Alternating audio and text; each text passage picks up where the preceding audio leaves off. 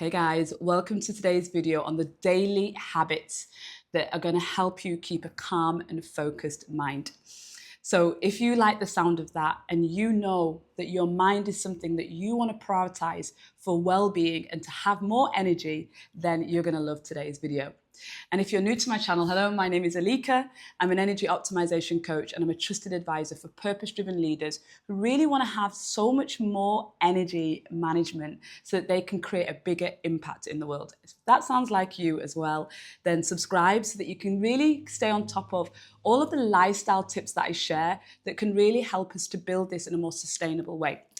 So today I thought I'd get out of my office where I'm always complaining about it being too dark and come and film in the living room where there's way more natural light at this time. So I don't know why that took me so long, but clearly I was not thinking about the energy of the sun in making the decision of always trying to battle with the sun in my office. So today's video really is where I'm going to give you like the things that I've tested over a decade that have stayed with me that really help me to maximize the calmness and the focus that I really need, especially as a fire sign. Hello, all the Aries, you know what I mean?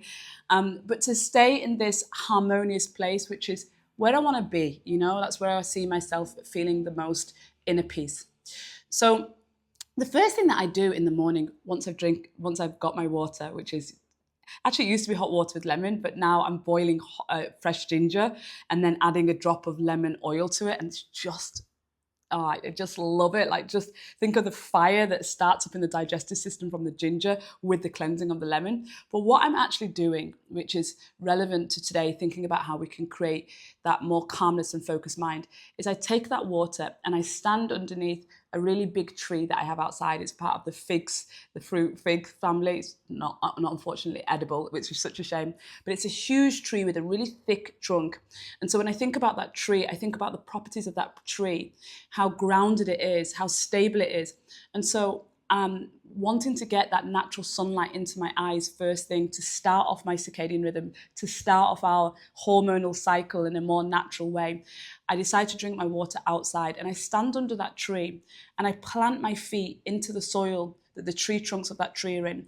And I just stand and drink my water. Honestly, I've been doing this practice now for about, I think I'm coming up to 6 months. And it is the most simplest and beautiful way to start the day and like to get my head into just experiencing peace from the first moment of the day. It's just so beautiful. And I know that not everybody has the options to, you know, put their feet into soil, for example. You know, like I live in Singapore where 90% of the population live in high-rise buildings, condominiums, housing development board properties, and not on landed properties or homes like I had in the UK. But the fact that this is one thing that I have right now, I'm making the most of it. And everybody has to find their own way with these things. Maybe it's a nearby park and you have that as one of the walking routines that you have, where you walk to that park on the way to somewhere else and you take your shoes off and you put your feet in the soil and you just stay for 1 minute, 5 minutes, whatever is the smallest, most realistic thing that you would do.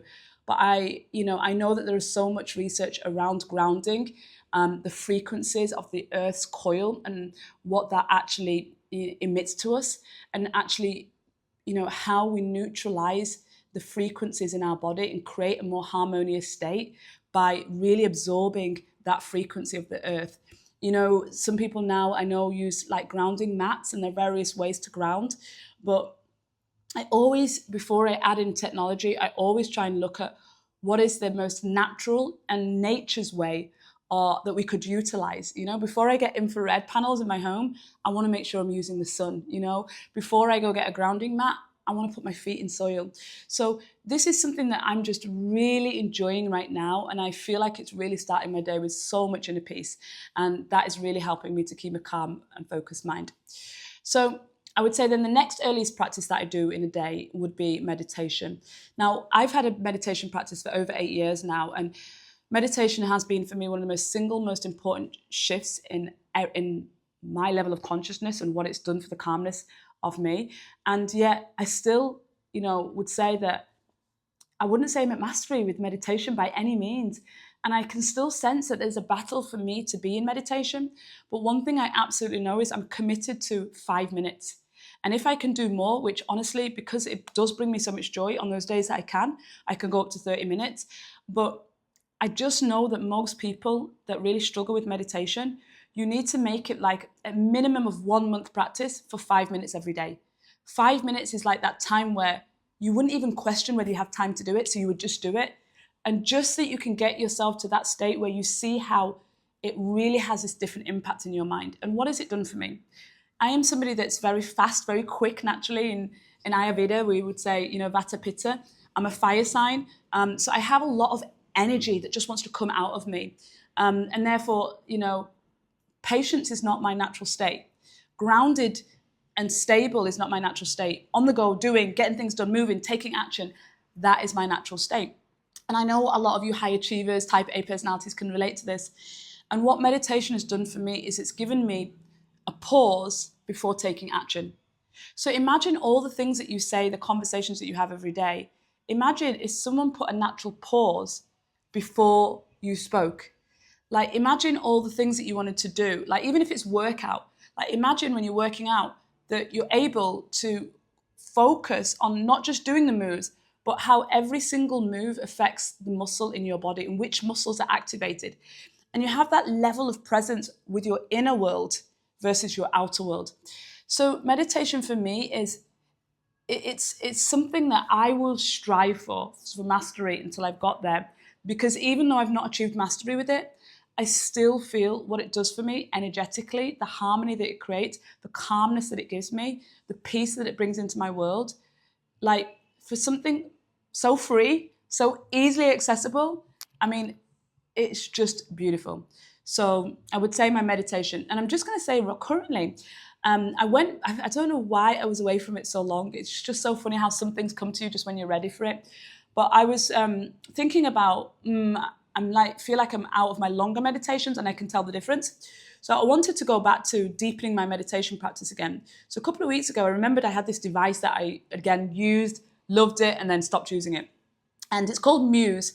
And Muse is a headband that you wear over your head and it detects the brainwave activity. And what it does is it's programmed with a number of different programs so that it emits sounds. You choose the sound. So like there's a sound of nature, for example. And when your mind starts getting distracted and you start thinking about other things like we all do in meditation, because that's the art of meditation, to bring it back, then it starts playing that sound, for example, of nature louder. So you realize that you're getting distracted. And that can train you to help you with that process of bringing it back. And it's just so beautiful that this technology has just reappeared back into my life because I'm using it. And it's like immediately, because I loved using it, because it's so guided in how it works. I've gone to do 2 meditations a day with it, and I'm just running the programs. I love automating the thinking process. So it's a bit like, workouts, like not having to think about where you're going or what you're doing so much. So I just sit there in the morning now and in the evenings, and I put the headband on and I do I choose which program I'm going to do. So currently I'm doing about 11 minutes, but when I started about a couple of weeks ago, I started again on the shortest program I had, which was about 5 minutes. And so I just share that with you because Muse could be something for you that might be exactly what you might need to actually start your meditation practice. If you've tried other things and they've not worked for you, that might be absolutely perfect for you. So the third thing that I absolutely have to write down is journaling. I get all of my clients into a journal practice. Journaling for me is like, and I still do it. Like I literally had it this morning where I was like, oh my gosh, I'd woke up with this thing that happened yesterday that was running through my mind. And being honest with you, I meditated last night on it before I went to bed, and I still went to bed with it, with my brain full of it. But I think because I did the meditation, I slept still. I still was able to fall asleep. But when I woke up this morning, I did wake up very early with it on my mind. And I remember I was stood under the tree this morning and I was drinking my water, and then I went to do some prayer, and I realized that I actually needed to write it down. So I grabbed my journal and then literally just wrote out the story that was playing through my head. Wrote it all out, got it all out, and I could feel my head literally feel lighter. You know what it's like when you feel all of the energies in your head and it's almost like tight. It's almost like, you're carrying a heavy bag, but you're carrying it in your head. I could feel immediately that I was lighter. And was it resolved? To be honest with you, it isn't. It's one of those things that I think will take a couple of days for me to just wait for the download to fully come through. But But what I can tell you is that it's brought me a level of calmness to be able to get clarity on what I need to do next. And my next step that it's given me clarity on is, how do I get back to joy? How do I get back to joy? And because I know I've built over time all the practices that I do, the habits that bring me so much joy, I went and did one of them this morning, which was paddle. I love playing paddle. So this is the art of journaling. It's like getting the things that's in your head out on paper. It's not the same thinking about it, ruminating, where it's going over and over and it's draining your energy and your life force because you're holding onto it rather than processing it and letting it out. So I would highly recommend, and I know so many people, is she called Julia Cameron? Anyway, there's a lady, but her work that's most famous is called Morning Pages, where you literally, I think it comes from theatre, where you literally just write, and you don't try and limit yourself, you just put pen to paper and write out. Quite often, a lot of clients, when they start journaling, they say, oh, I tried, but sometimes I don't know what to write. I have 3 things that are like anchors for me on those days when I don't know what to write, but I just know that it's going to be so good for me to get whatever might be in my mind out on paper. And the 3 things that I will write about are one thing that I'm grateful for in my personal life, one thing I'm grateful about in the work that I do, my purpose, my calling, and one thing I'm grateful for about myself.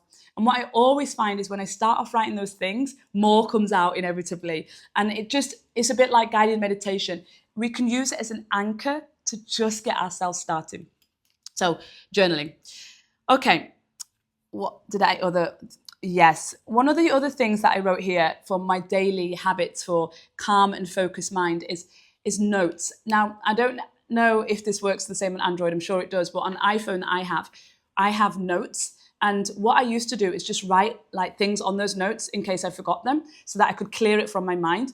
But now I absolutely love, and I think it came from my use of WhatsApp, I absolutely love leaving voice notes. So now on the audio section, I'll leave voice notes for myself. And sometimes it's stories that I want to share as part of my, my speaking engagements, like having a dialogue story. Sometimes it's stories that I think I will blog about or put into my newsletter about things that have happened to me in my life that are related to how I optimize my energy that I just know I want to share with you. Or sometimes, it's for things that are going to be coming to YouTube ideas that I have. But I just know sometimes that when I'm walking around and something pops into my mind, writing it always down isn't necessarily the most energy efficient thing for me to do. So now I've started leaving audio notes, and this allows my mind to be calm and focus on what I need to be doing instead of being distracted by other things that are running through my mind. So I love audio notes.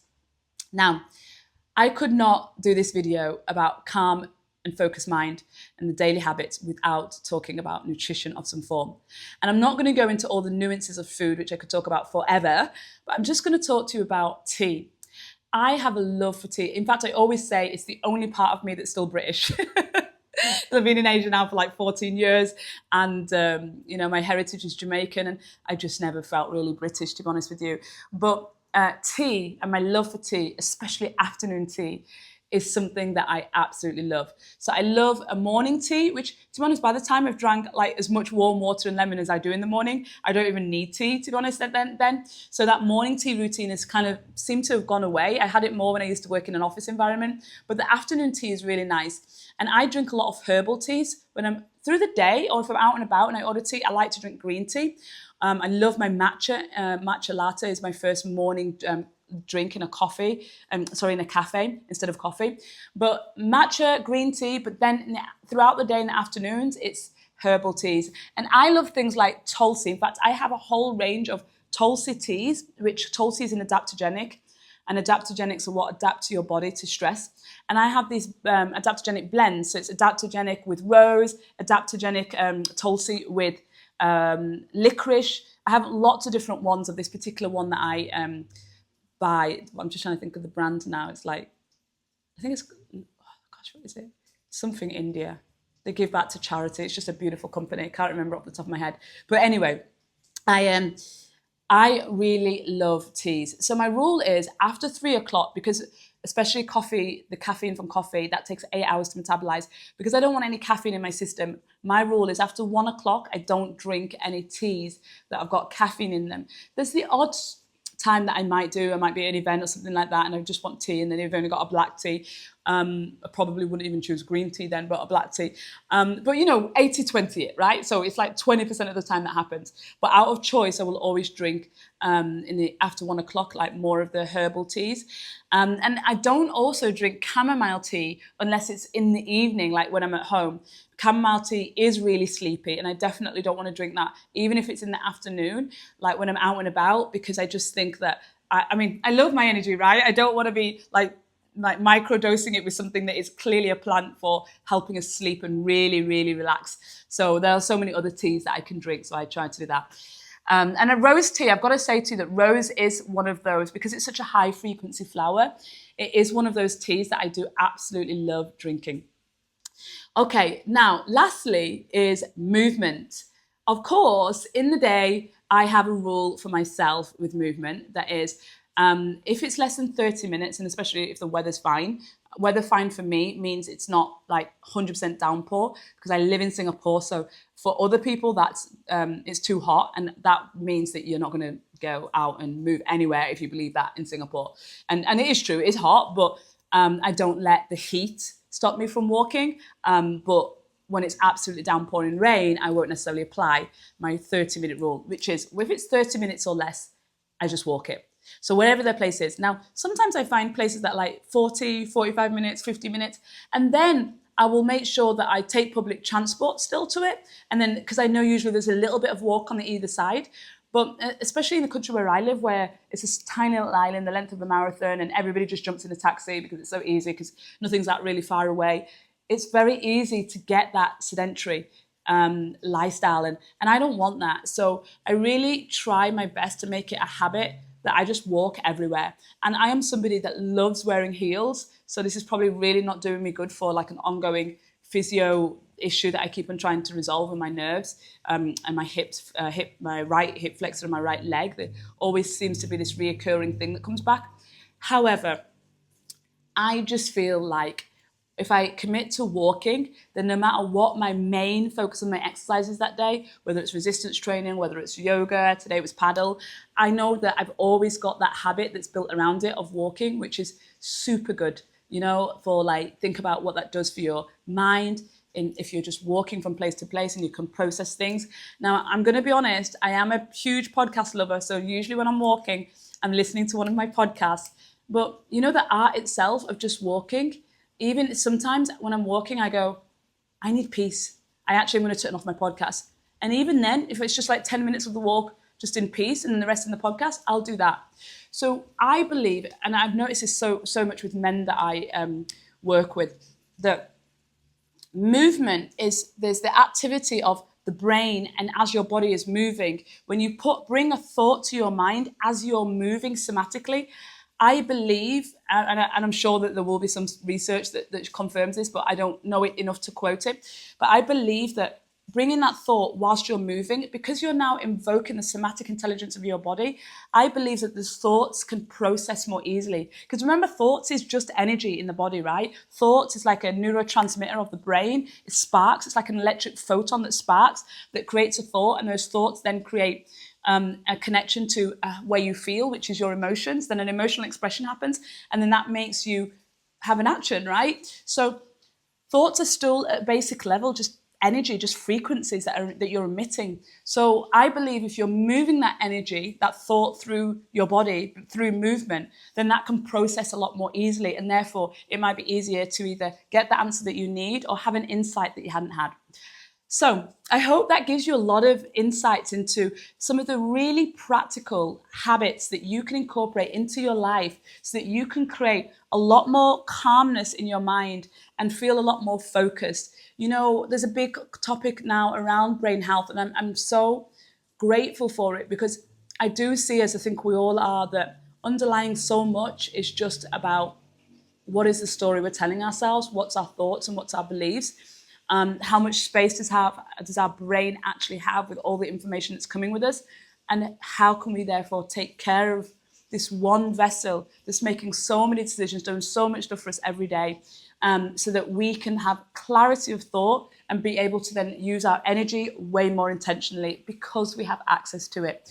So If you like this video, please give it a like. And if you think that this would be of real benefit to someone you know, share it with them. Now, I'm going to tell you that the best place to just really get on top of all the lifestyle habits that I have is probably in my newsletter. So you will find the details of that below. And the newsletter is just where I share my typical lifestyle. I do my energy audit and I share that with you. I do an energy audit newsletter like once a month. And I'm just sharing things that are going on and habits that are working for me. That are related to optimizing your energy. And I'm hoping that from this, you're starting to realize through these videos that energy is your most valuable currency. So we really need to preserve it for the value that it really is. So I've loved this video today. I've loved sharing it. I hope you've liked it. Give it a like again if you have, and I will see you on the next one. Take care.